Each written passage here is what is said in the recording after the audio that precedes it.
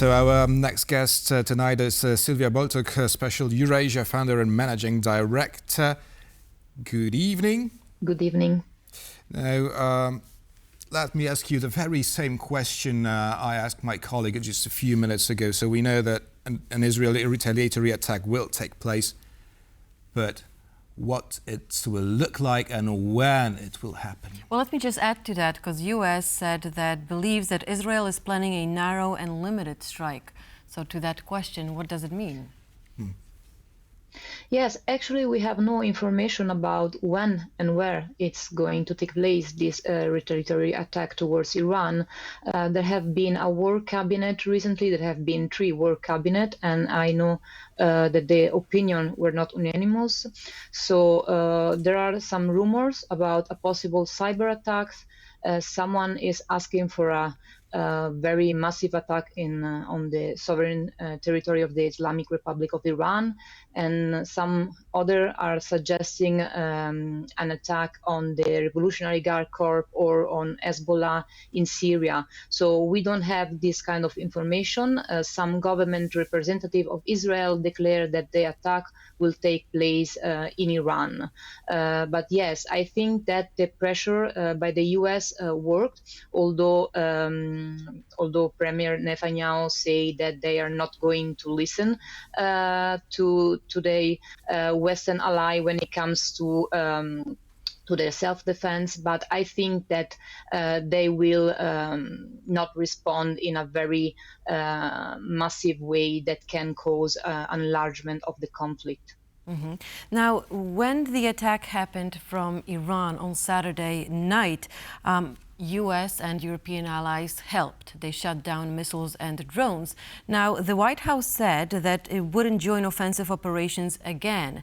Now, can Israel handle this situation on its own? Because I'm sure European leaders think just the same. I mean, they don't want to get involved in any other conflict.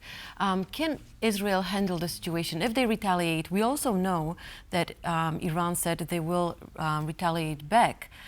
So what will happen then? Can Netanyahu just not listen to anyone? Yeah, let's not forget it's a retaliation for retaliation, right? So this will go on for quite some time. What will happen then, do you think?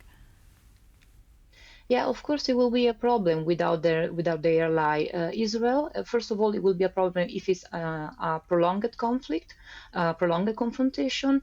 And secondly, we have to recall the words of President Raisi, the Iranian president, who said that the attack made by Iran recently on Israel was a limited and punitive attack. So they had not exploited all their military capabilities and power.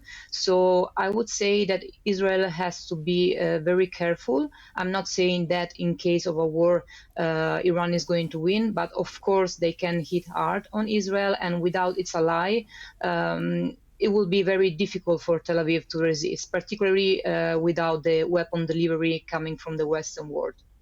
Right. Would you agree with the Jordanian foreign minister stated that the recent conflict with Tehran is simply helping Benjamin Netanyahu to turn the public attention to Iran while the destruction of Gaza Strip continues? I completely agree. I have to add that recently, due to the aid workers from World Central Kitchen that were killed by the Israeli army, there was a lot of pressure over Netanyahu. And I think that exactly for this reason, he decided to hit the consular building of the Iranian embassy in Damascus, to shift the attention and to gain consensus again among its Western allies, because of course the Iranian threat is shared by most of the Western countries. So if Iran would have attacked, he knew very well that they would have helped Israel, of course. But I think that he is playing a very dangerous game.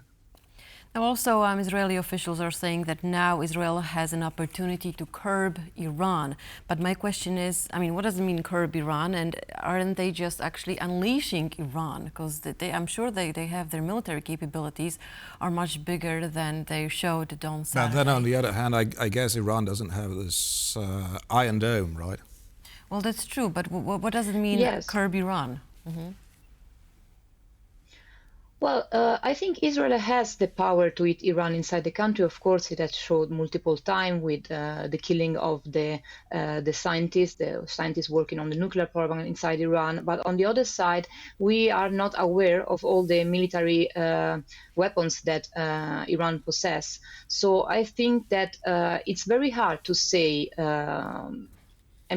How would end a direct confrontation, an open war between Iran and Israel. On the other side, we have witnessed for many, many years a hybrid conflict between them two, so not a high intensive conflict. Thank you so much. Silvia Boltuc, founder and managing director of SpecialEurasia, was a guest tonight. Thank you indeed. Thanks for having me.